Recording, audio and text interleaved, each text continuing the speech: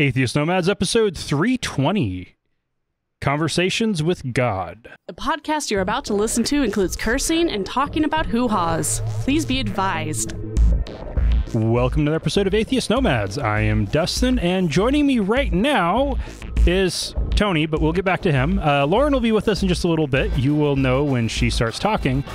She is trying to calm down Kylie because we are recording on a Friday night because it's Saturday morning or noonish in Australia, where Tony is coming from the Conversations with God podcast. His name is spelled either Tony or Tone, or maybe it's toe-knee, as in your toe and your knee on your leg. I'm not quite sure. Maybe he can clarify that for us. He is the host of one of the most appalling and yet wonderfully hilarious podcasts on the internet. And it is absolutely, completely a perfect waste of listening time. And I highly recommend it, where he attempts to have meaningful conversations with Maggot Mouth himself, a.k.a. the Lord God Most High. Tony, welcome to Atheist Nomads. What a beautiful way to bring me onto the show. That's very kind. Thanks for all your kind words. And thank you. It's been great chatting to you. So which kind of Tony are you? It depends. It really depends on how I'm feeling, but generally TOEKNEE. Okay. Toe and knee. We had this when I lived in England. We had this kids' TV show called Take Heart, and the guy on it was called Tony Hart, and he was an artist, and he used to sort of show kids how to do drawings, and it's just funny. His name was Toe Knee Heart. I don't know why I just told you that, but that's kind of where it comes from. Okay. And when you started the Conversations with God podcast, and is the full name of it Conversations with God podcast or Conversations with God at gmail.com? Again, that depends, but I haven't got a funny story about a kids' TV program for that. It just depends. I just like it to be irreverent and very silly. So sometimes I'll just call it the Conversations with God podcast at gmail.com, or I'll just call it Conversations with God, or Convo with God pod, or CWG. It doesn't matter. It's just whatever mood takes me. And does repeating the email address over and over like that get you more emails? No, it's actually had the opposite effect. It's like I try and do that, but it obviously you find it a little bit annoying. But it's like I find it hilarious. In the 90s, when they'd start putting subliminal pictures in TV ads to make you do things, I kind of thought it might work like that, but sort of orally. But obviously it hasn't, because no one ever emails the show. Apart from to complain about it, which is hilarious when people do complain. All right. And with it being Conversations with God, did God call you to do this podcast, or did you call him up and say it was a good idea? It was actually me in a moment of desperation. Things weren't going well at work. And I sort of, somebody got, there was this big promotion at work that I was going for, and my nemesis kind of got the promotion. And in a moment of desperation, I dropped to my knees and I'm like, God, why Chris Phillips, not me? Why didn't I get the job? And that's when he spoke to me. Okay. And after a frank sort of back and forth, I said, well, thanks for your honesty, but the rest of the world needs to hear this. They need to hear from you. You've been hiding for a long time now. It's time to sort of face the music and try and, get your point across to the masses. So with some negotiation and stipulations, we agreed to do 2 20-minute podcasts a month. Sometimes they're shorter. Unfortunately, some of them are a little bit longer, and we get complaints about that. But we do try and keep it.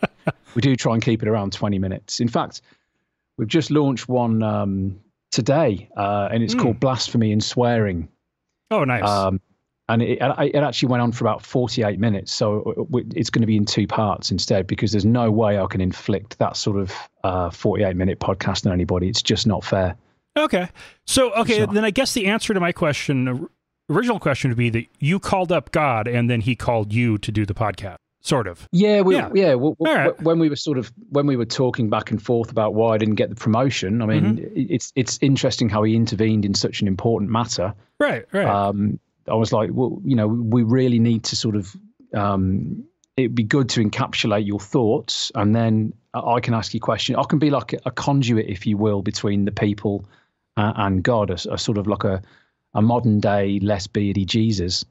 And that's kind of how it sort of happened. And I think we're about 45 episodes in now. Yeah.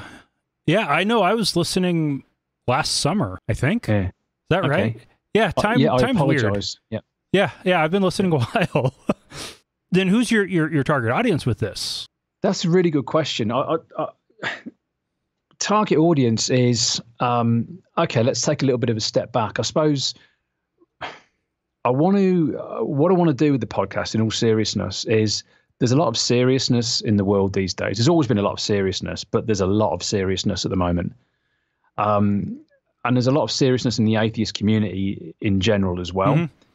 And so what I wanted to do was create something that kind of lightened the mood a little bit and put a smile on people's faces, both non-believers and believers, but I don't think many believers would smile if they heard it. No, they would not. and I wouldn't want to limit it even just to the atheist community. I kind of a broader audience as well. So people that like satire, people that like comedy. That's what I'm trying to create, is an environment where people can just come and have a bit of a laugh at silly ideas. Right. I suppose I'm not making any comparison to, but a lot of my inspiration would be drawn from sort of that Monty Python style, Life of Brian sort of humor. All right. So that's kind of what we're doing, is we're trying to make something that just, A, that's unique, that hasn't been done before, and B, makes people laugh and smile and just gives them 20 minutes of light entertainment every now and again. So kind of the antidote to like my podcast, which covers a lot of news that is often depressing right now.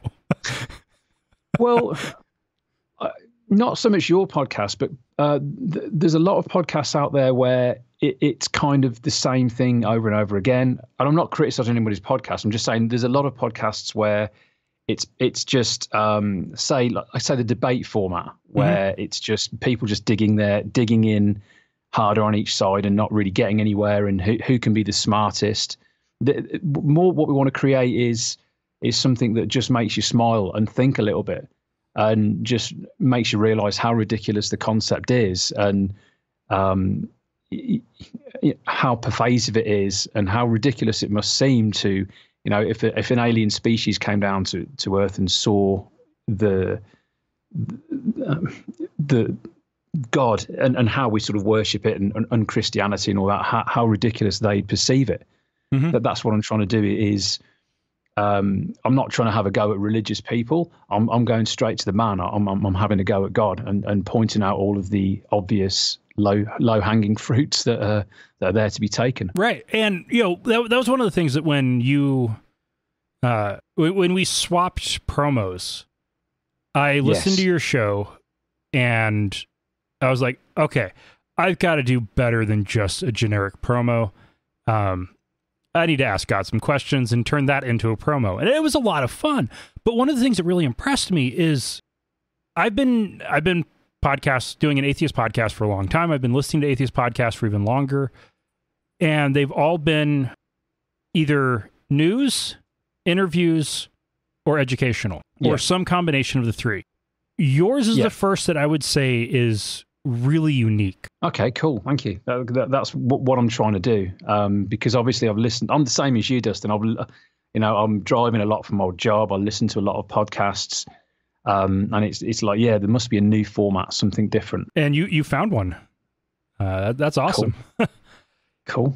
So do you do the voice of God, or is that somebody else? It's God. Okay, so then really, are you on our show, on my show, to tell me that we're wrong? Yes.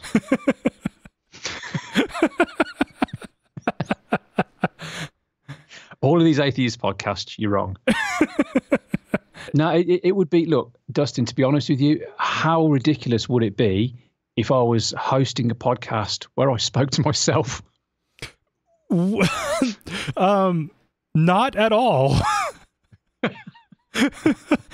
Considering most people talking to God are talking to themselves, it's ridiculous, isn't it? It would fit.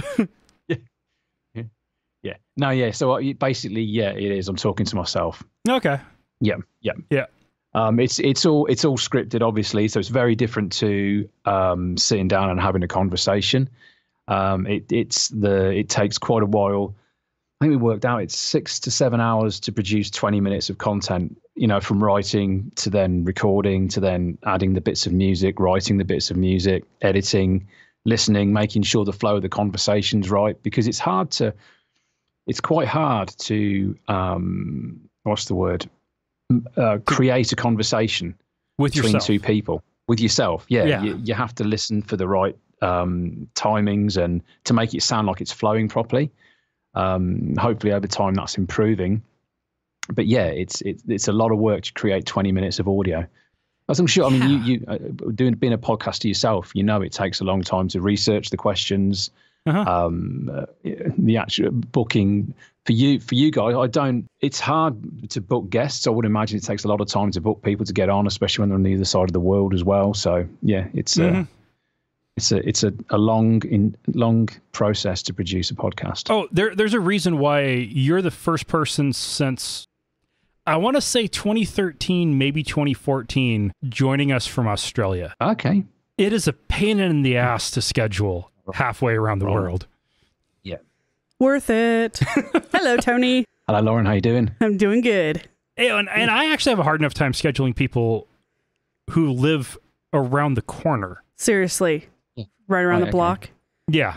It almost seems as if the closer, it's like family. The closer they are, the harder it is to see them. Mm-hmm. It is. Yeah. I know. I hear you. Yeah. So how close are you guys to the world's largest potato? Ooh, depends on where it's at. I think it's moving around, isn't it? It did for a while, but I think it's finally settled down in Blackfoot or something. So probably about 300 miles. Oh, wow. Okay, that's quite... Well, as the crow flies or by highway? Here, I'm looking it up. Because if it isn't Blackfoot, that would be hotel. That'd probably only be about 220 miles as the crow flies, but it'd be... Oh, no. Oh, where is it? It is actually in Ada County. Oh. So that's near us. Okay. Is there like an app that you can get for your phone that tells you where the world's largest potato is at any one time? Yes, actually. Big Idaho Potato Hotel is the Airbnb. Right. Oh. And yeah, wow. So it came home. The potato came home to roost. So it's not. Now I'm going to really, I'm really going to put myself out on a limb here. It's not a real potato, is it? No. It's $200 a night. That's not bad. Yeah, I'll stay in that for $200. Yeah. Actually, the conversion rate would make it about 260, so it's a bit steep. If they threw dinner in, I'd stay in it. And it's not the only not a real potato that you can get in Idaho for ridiculously overpriced amounts. There is the ice cream potato that you can find at various fairs and events. Delicious. That is... Sorry, ice cream potato. Yes. That's not right. What's that? It's a vanilla ice cream not soft serve. Oval thing of ice cream that they roll in chocolate powder, and then they cut it like you would a potato and put like whipped cream topping, and it's adorable and delicious. And hard frozen. Right, okay. It is just wrong. There you go. Yeah. It is wrong. The actual potatoes that come out of the ground, those are the good ones. And we have a lot of variety of them here. We even have a burger joint called the Boise Fry Company. Yeah. The main course is the fry, and then you get the burger to go with the fried potatoes. And you have your choice of potatoes and your choice of meat or meat substitute. And yeah. Okay, so the Big Potato Hotel is somewhere between Boise and Mountain Home. Okay. So about 30 miles. Yep. Give or take 5. Glad that's been cleared up. Mm-hmm. Now that we have to go out there and get our picture taken with it. No, we don't. Yeah, we do. No, we don't. Yeah, we do. Absolutely no. All right, let's go ahead and get into some news. The Fresno School District in California, and Tony, for you, that is on the southern half of the west coast of the United States. That is the coast that is on the Pacific Ocean. So only across the world's largest ocean from you, as opposed to, all the way around. Yeah, I'm with you. Yeah. I've noticed you like to be very specific on your show, so I wanted to kind of provide that for you a little bit. Thanks for that. Yeah, that's good. Detail is good. So the Fresno Unified School District was offering a school chaplaincy program. Okay. They were partnering with the Fresno Police Department and Fresno Police Chaplaincy at a cost of $65,000 a year. Oh my gosh. To bring Fresno police chaplains into the elementary schools. Is this part of their outreach program? Like, you know how they send police officers to say, hey, we're not all bad guys who are going to shoot you in the back, except for you, black kid. Oh, no. This was the Resilience in Student Education program to try to help kids figure out how to live their lives in this mixed up world that we're in. Oh, boy. Yeah, and telling them about an imaginary deity is gonna really sort of get them on the right path, isn't it? Oh, yeah, definitely. Not muddle things up even more. Right. Yeah. So they were claiming that this was reaching 2,100 first grade students every week. So we're talking 6 and 7-year-olds. Yep. One of the chaplains described her experience on the chaplaincy program's website, and I quote, "My prayer is that God will continue to use me as a beacon of his light to the kiddos at Susan B. Anthony. God is able to take our ashes and turn them into something beautiful. I'm humbled and honored to be a chaplain to these children." Yeah. Oh, wow. So this is Fresno, California? Yep. That's so weird. It is weird. And really scary. Yeah. I mean, some of these kids haven't even figured out that Santa isn't real yet. At first grade, yeah. A lot of them would still believe in Santa and the Tooth Fairy and the Easter Bunny. And I can't imagine the parents in Fresno, California being all behind this. No, they weren't, which is why they reached out to the Freedom from Religion Foundation, who started some corresponding with some back and forth letters with the school district. The end result of this was the termination of this program and it being replaced with the RISE, capital R, capital I, capital S, capital E, mentorship program for age-appropriate curriculum around resiliency, coping with bullying, and impulse control, where they're bringing police officers into the classrooms.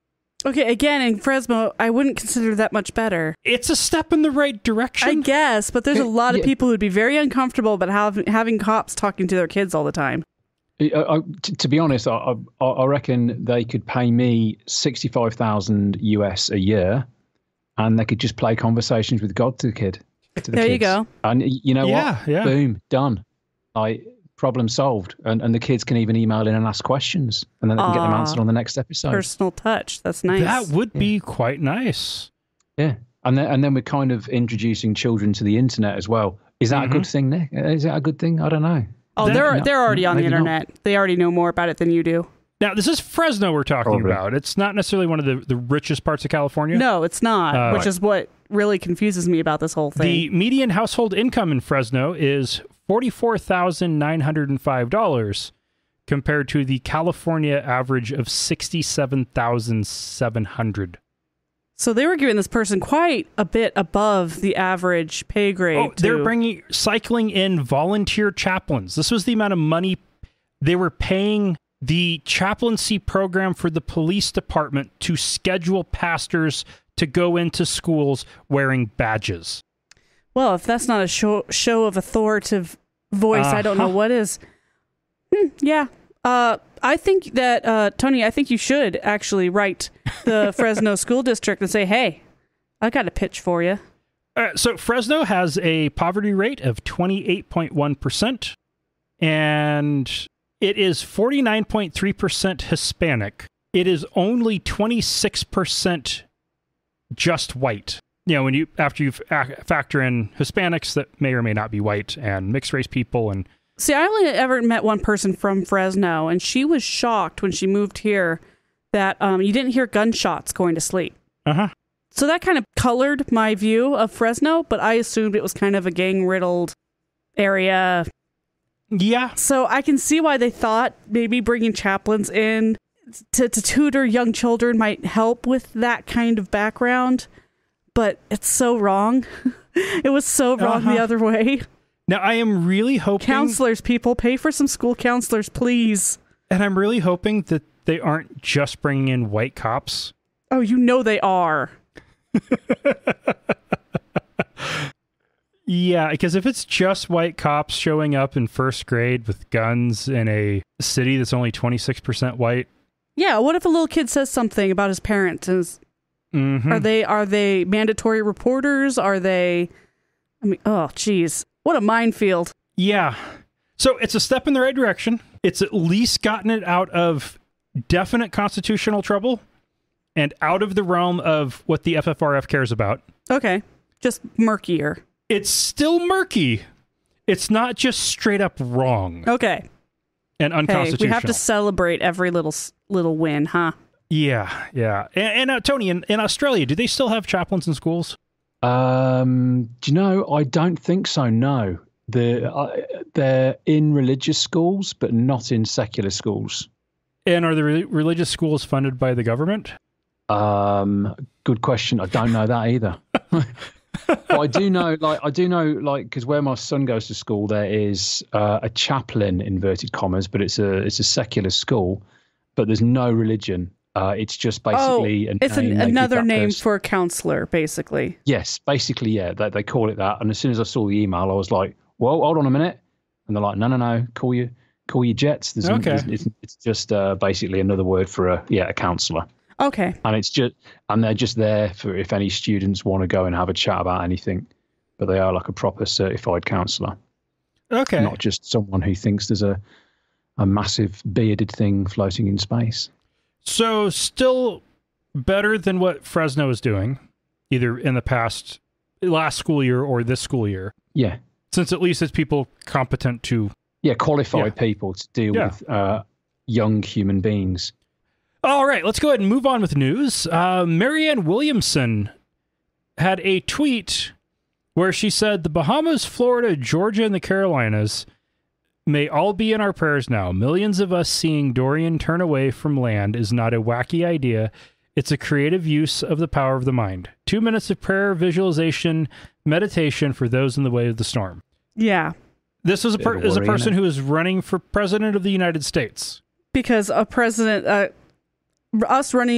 our presidency is basically like a game show, and those are the quality of people we attract. Are people who... Well, if a game show host can become president, so can an author. Oh, he was a game show host, wasn't he? Yeah.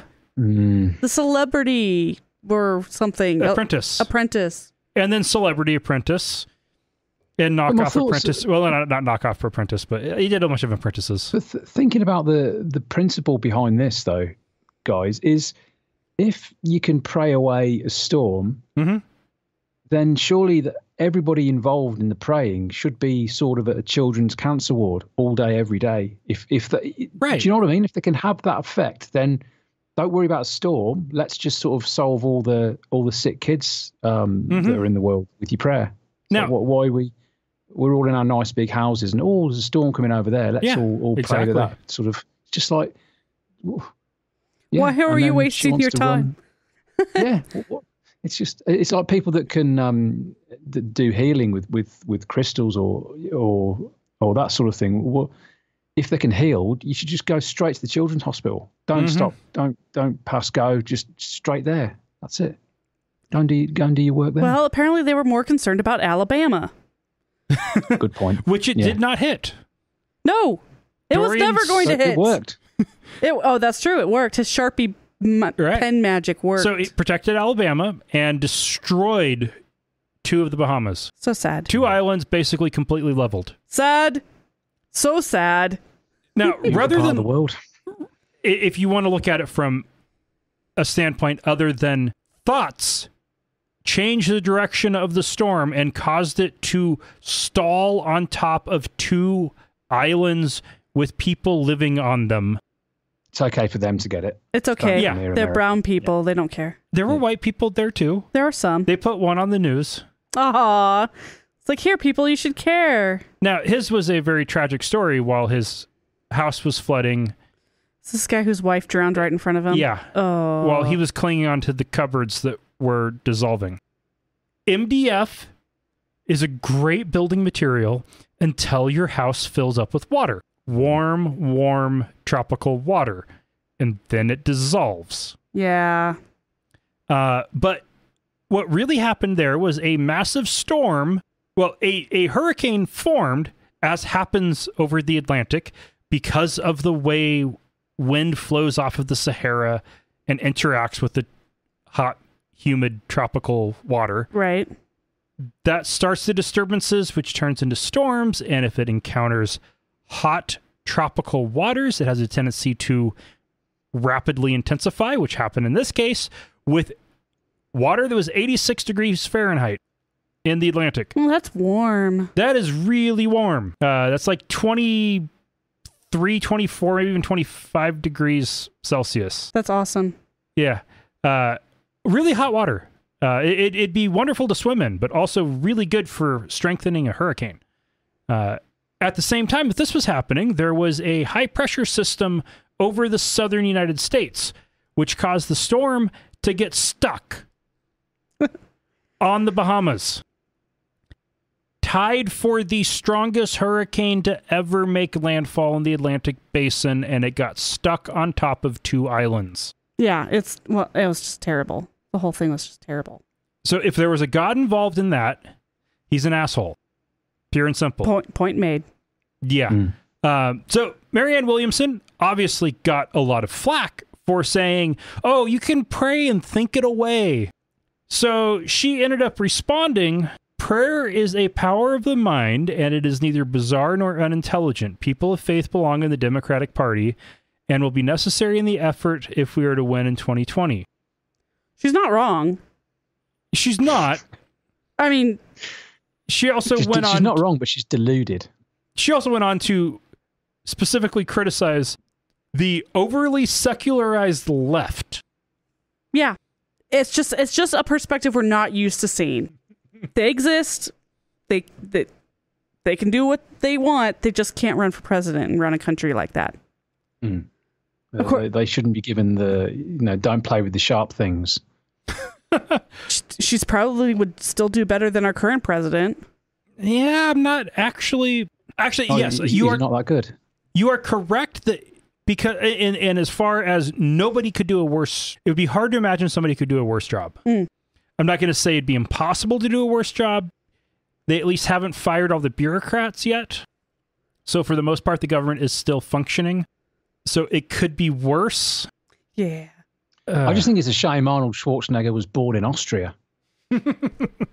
Yeah, that's true. Maybe we need to outsource the presidential elections. No. That puts him out of the running, doesn't it? Because he was born abroad. You've got to be an American. Yeah. Okay. You don't necessarily have to be born in the U.S., but you have to be a natural-born U.S. citizen. Okay. And that has been tested once. George H.W. Bush was born in Panama. Really? I didn't know that. Yeah. His dad was in the military and serving in the Canal Zone, and he was born in Panama. Okay. Which is considered natural-born U.S. citizen. The more you know. Mitt Romney's father ran for president and was born in Mexico. True. His parents were both American, but born in Mexico. And Ted Cruz was born in Canada. His dad was a Cuban citizen, but his mom was an American citizen, so he could still run for president. But Arnold Schwarzenegger was born in Austria with 2 Austrian parents. So, no. It's a whole lot of dumb rules anyway. Mm. Did you know that the co-inventor of the television remote control, Robert Adler, lived many years in Boise until he passed away at the age of 93?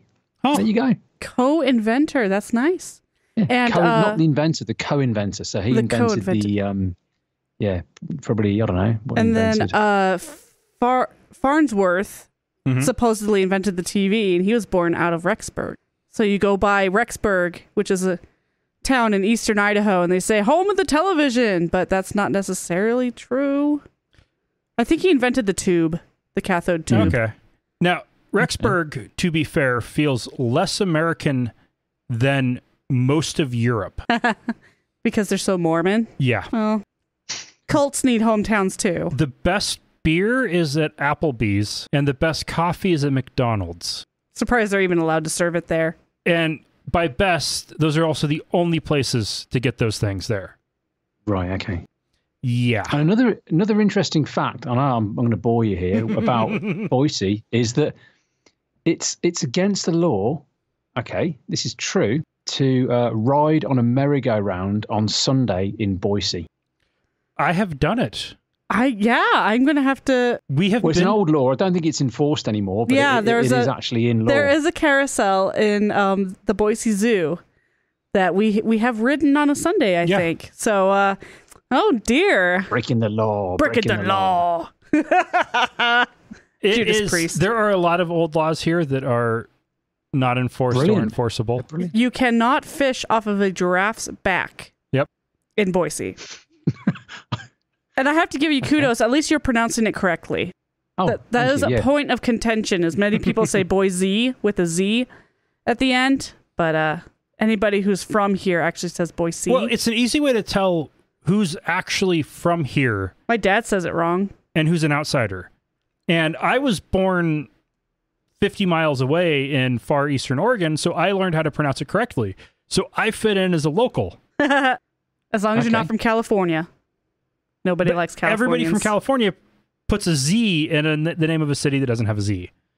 But another interesting law here is that it is illegal for a single man to own sheep. For obvious reasons. And it is... men like lamb. If you ever talk to anybody who grew up on a farm, who left the farm older than I was when I left the farm, because I didn't hear these stories until much later, bad stuff happens. Or good, depending on how the perspective. There's nothing good about that, I don't think. No, I don't think so. Involved. From the perspective of the teenage boy at the time, it might be good. For everybody else's perspective, including the sheep or cow, it is bad. Yeah. Wait, what town are you from, Tony? So Queensland in Australia, but that's not the town. I suppose the town I'm in is Brisbane. Oh, okay. That's one that's actually big enough that I know about it. Yeah. Cool. Okay. Yeah. That's awesome. Yeah. And what part of the UK were you from? I was born in just south of Birmingham, which is right in the middle. Okay. Yeah. All right. Cool. Yeah. I don't, but just so you can sort of relax, I don't have any more interesting facts about Boise. Do you have any interesting facts about Brisbane? No. Nothing, huh? I've got nothing. Do you have a New Zealand restaurant in Brisbane? What? Yeah, there's New Zealand fish and chip shops. Yeah. Okay. We have a meat pie place that just opened up. Meat pies. It's really good. Yeah, pies are good. But pies have to have pastry all the way around. See, sometimes you go out to a restaurant and they give you like a pot with the meat in and then a pastry lid and they call it a pie. That's no pie. That's a shepherd's pie. Shepherd's pie is lamb, which ties us back to the conversation we're having about sheep. Do you have a place? Do you have any place where you're at with haggis pizza? No. That nobody does. We used to. We don't. That's up there with the potato ice cream, I think. We used to. It was really good. Haggis pizza. Yeah. Of course, it's all the good parts of haggis, not none of the bad parts. No lung meat or lung flesh, because that's illegal. That's what you want, isn't it? The lung. Is it? Yeah. We have Dagwood dogs here. Dagwood? Oh. Like a Dagwood sandwich? Dagwood dog is like a hot dog on a stick that's dipped in batter and deep fried. Oh, okay, we call those corn dogs. Okay. Yeah. We now have another corn dog episode. Yes, because the batter here is usually made out of cornmeal.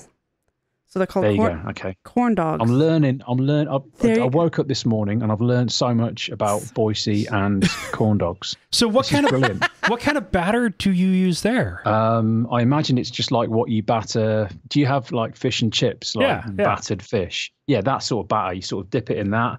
Oh, okay. Then so it's probably a little crispier than what we're used to. It's crispy, and then you dip the whole thing in ketchup. Yep. Mustard is a favorite here. Got a lot of mustards. What's your favorite mustard?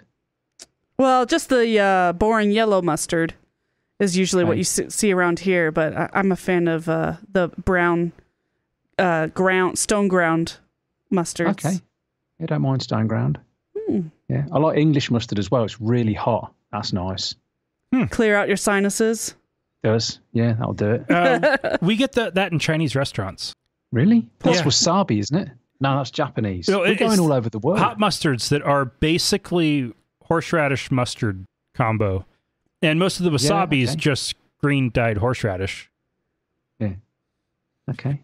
The Third U.S. Circuit Court of Appeals ruled that it is constitutional for the Pennsylvania House of Representatives to ban chaplains or guest chaplains who don't believe in a god or higher power from delivering invocations. Boo. So no atheist, no agnostic, no Satanists.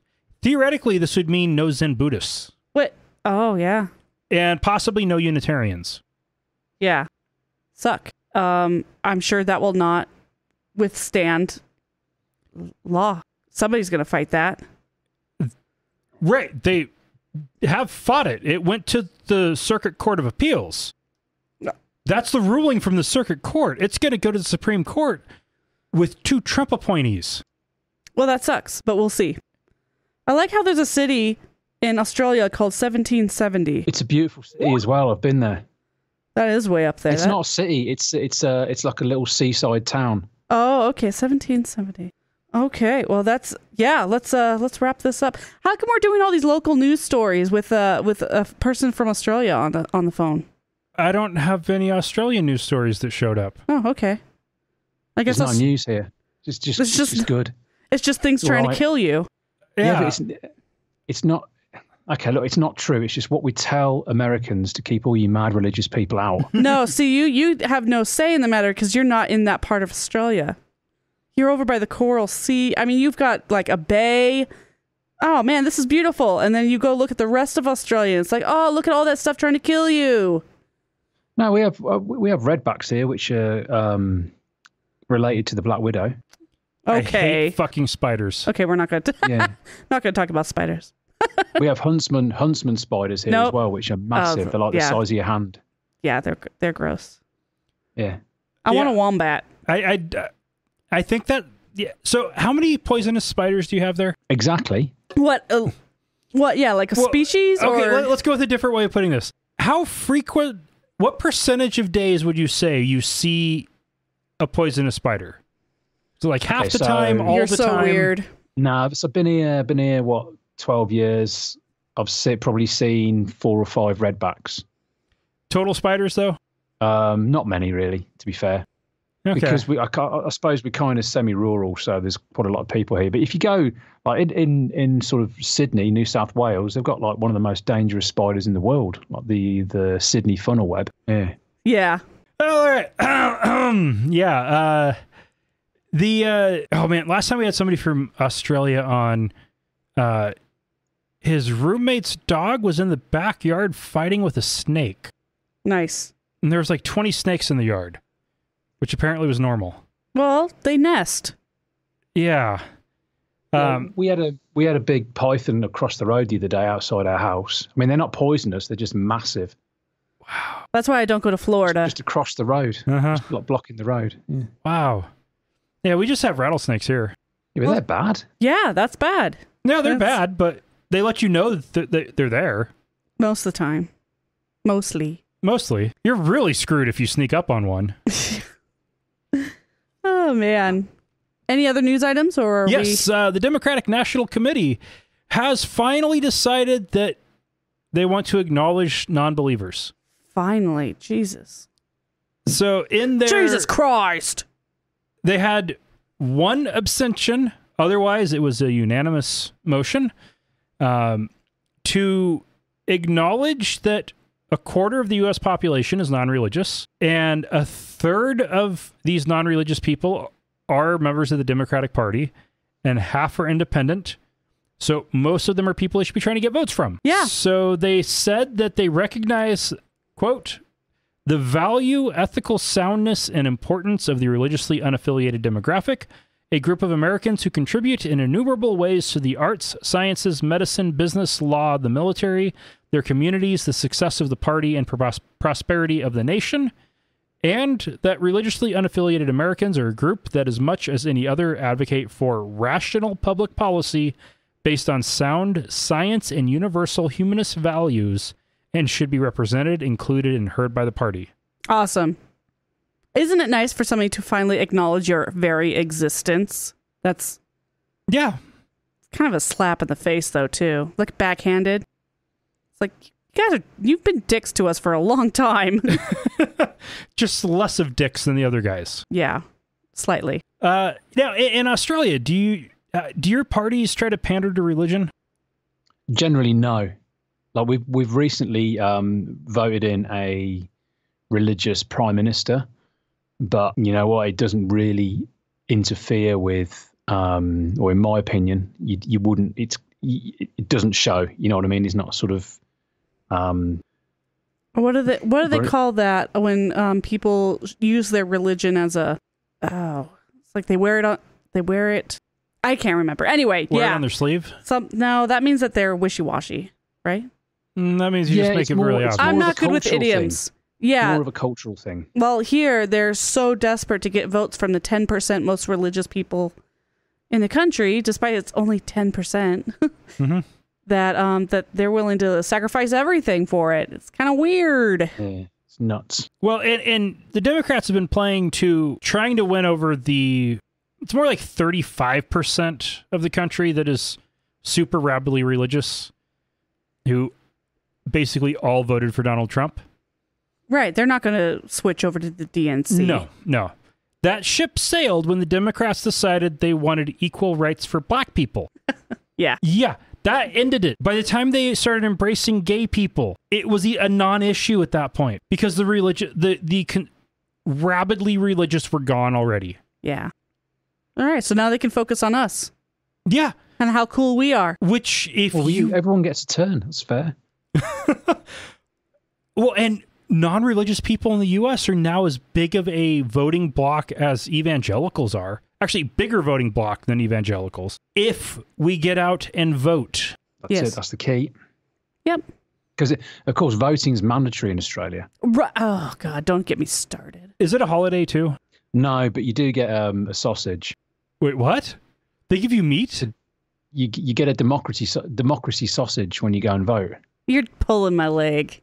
No, you go. There's always a democracy sausage. You go and queue up to vote, and there's somebody there with a barbecue, and they give you a piece of bread with a sausage in it. Dude, that's so much better than a sticker. You have hot dogs?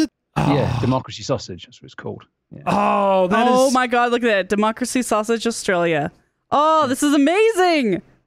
We should totally start that. It's an amazing that. Country. We should volunteer at the voting booth and you should grill hot dogs. So not only do you not get fined if you go to vote, but they give you food.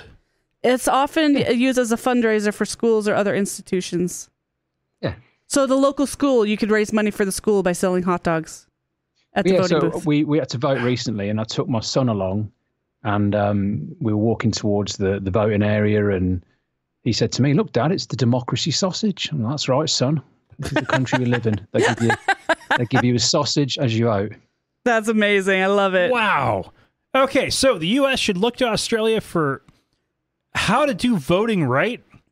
Ignore Australia. How many more people you'd get if they were throwing sausages out left, right, and centre? Totally. And if we got that many people voting, we'd probably handle refugees better than Australia does. Oh.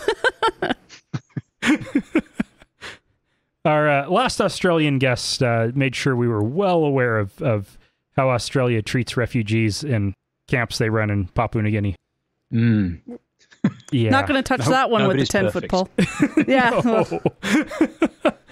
Oh, man. All right. Tony needs to go now, and we will continue on after he leaves, but it's the middle of his day, and we're intruding on the middle of the day. So, Tony, where can people find your podcast? Okay, so just use the Google's Conversations with God podcast. We're on most of the platforms, and then we've got a Patreon as well, Convo with God Pod. Give it a listen. It's only short. It's not very good, but if you like self-deprecating humor, it's great.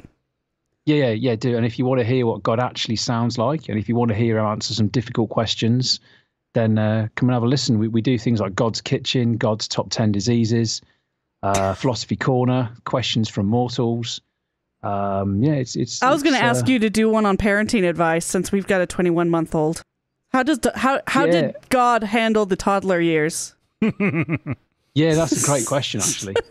We're actually going to be starting a new segment where he does answer people's questions like an agony aunt, like you write in with your love problems, and he's going to sort of, answer. Oh my gosh, dear Abby. Dear God. Yeah, Dear Abby. I don't know what you call it in America, but it's like a dear, my That's boyfriend awesome. X, Y, and Z. He'll just give some really nice, subtle advice. Oh, and I've been meaning to send you in some more questions, and I will. Go for it. Yeah. Dustin and Lauren, thanks so much for your time. Love thank you, show. Tony. All right, continuing with the last couple, actually, one final news story. Oh, okay. We were almost done, and it's actually a local one. He had all these cool facts about Boise, and Ada County has updated their policies to include a prohibition on discrimination on grounds of a person's sexual orientation or gender identity. This only applies to Ada County employees, but it is now unlawful for LGBT people to be discriminated against in employment by Ada County. That's awesome. Yeah. Because one of the things that I've learned is that Boise City is constantly fighting with the state on certain what's allowed and what's not allowed. They find loopholes. Legislature closes them up. Mm-hmm. It's a real mess. So the fact that they're finally able to do this, at least for the city. No, this is for the county. Oh, for the county. Okay, for the county. Ada County. Then. So, and for listeners who don't know Idaho geography, Boise is the capital of Idaho and the county seat of Ada County. Ada County contains Boise, Meridian, Eagle, Cuna, and that's about desert. It. And lots of desert. Yes. A lot of which is military training grounds and or overlapping bird of prey sanctuary. Which doesn't seem like a good combo, but it works. It does. Yeah. The birds usually don't fly as high as the jets are. Yeah. Well, I hope not. Yeah. But so, yeah, this is a step in the right direction. Actually, it's a pretty big step in the right direction. So this will apply to like the Ada County Sheriff's Department and various county staff. So, yeah, that wraps up the news. We do have some feedback. Yay, feedback. A lot, actually. From Alex via Apple Podcasts or iTunes, depending on what platform you're on as to where you're going to find these. It is a 5-star review. This podcast brings me so much joy. Keep up the good work. Aw. Oh my God, 5 stars. I feel like a little kid that just got a gold star. It's like, gold star for you and a gold star for you, and you get a silver star. Thanks for trying. But from Rosalie via both Facebook and email. I picked the shorter version of this out of the two. Repudiate is a damn good word. Ask for the meaning as you did, but try not to insist on dumbing down the show, please. Thanks. Okay. Yeah. I was playing it up for comedic effect. It didn't go over well. Apparently some people thought I was serious when I told... One person complained. One person complained. Oh, okay. One person complained, and no, I do not plan on dumbing down the show. I'm sure Dustin does not plan on dumbing down the show at all. It was just, it surprised me when a new word pops up, because I used to be very literate and used to know a lot of words, and but it was kind of cool to learn a new one. And yes, a part of me is like, well, why don't we just dumb it down a little bit? But no. When you're talking, especially if you're talking academic or historical stuff, I'm not going to throw a fit. And I left in the clarification for a good example. When I first started blogging back in like 2 years before I started the podcast, half of the feedback I got was asking for the definitions of words. Serious? Yeah. It's called Google. Yeah. Or dictionary.com. Yep. But okay. Yeah, that was half of what I got. And I slowly, there was Google Scholar, which like at the beginning I was blogging at like a graduate level, Ooh. which is really bad. They say at most you want 8th grade. I ended up settling out, I think, high school senior or college freshman level, which was good enough. Yeah. I try to keep the podcast to no more than college sophomore, but I don't really try. I just talk in all practicality. Word vomit. It's okay. Yeah. It happens. But I did specifically with this one, I do sometimes edit stuff like that out. In this case, I chose not to because I thought it lightened the topic. I don't necessarily leave things in just to be funny. Sometimes I do leave things in that I think are funny. Other times I leave things in specifically just to lighten a heavy topic. I know sometimes that can be distracting for people, but this was a case where I thought it added to it, leaving in more. Yeah. And it actually was a case of an intentional editing decision. Yes, and in case you haven't noticed, I act as the voice of mediocrity when it comes to Dustin's educated... he has the educated voice, I have the uneducated voice. I make him stop and explain things that maybe the average person isn't aware of, doesn't understand, etc. That's why I was playing that up. But no, don't yell at me. I'm sorry. From at MRRoach2839 via Twitter. Great episode. Glad to see Dustin off the degree back. Yay. So that was about the same episode. Also about the same episode, Darryl via email. Hello there. Darryl! You've heard from a few listeners who are disappointed that Aaron is no longer a co-host, and I will add my voice to theirs. I am listening to episode 318, where you discuss some of the problems with political correctness. I've been listening to Guilty Feminist for a few years and absolutely love them.